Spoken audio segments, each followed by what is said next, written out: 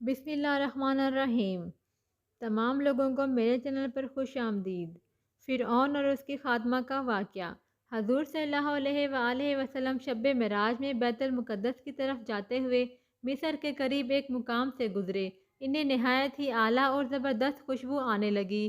آپ صلی اللہ علیہ وآلہ وسلم نے حضرت جبریل علیہ السلام سے پوچھا کہ یہ خوشبو کیسی ہے؟ جواب ملا کہ فرعون کی بیٹی کی باندی مشاطہ اور اس کی اولاد کی قبر سے آ رہی ہے۔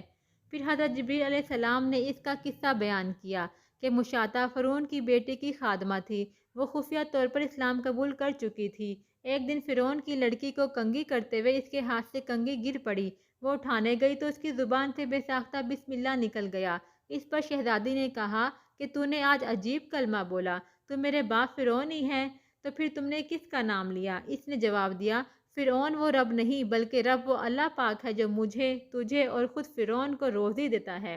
شہزادی نے کہا، اچھا تو میرے باپ کے سوا کسی اور کو اپنا رب مانتی ہے؟ اس نے جواب دیا، ہاں، میرا رب، تیرا رب اور تیرے باپ کا رب، سب کا رب اللہ پاک ہی ہے۔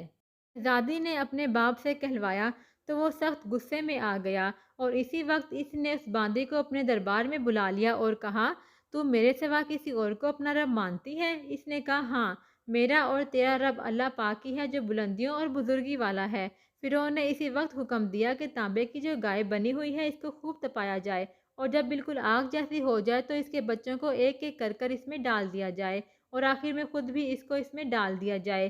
چنانچہ وہ گرم کی گئی، اور جب آگ گرم ہو گئی تو حکم دیا کہ اس کے بچوں کو ایک ایک کر کے اس میں ڈالنا شروع کر دو۔ اس نے کہا کہ بادشاہ، میری ایک درخواست منظور کر، وہ یہ کہ میری اور میرے بچوں کی ہڈیوں کو ایک ہی جگہ ڈال دینا۔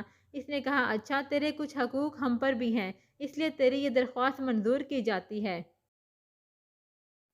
اس کی دونوں بچیاں اس کی آنکھوں کے سامنے اس میں ڈال دی گئی، اور وہ جل کر راکھ ہو گئی۔ پھر سب سے چھوٹے بچے کی باری آئی جو ماں کے سینے سے لگا ہوا تھا۔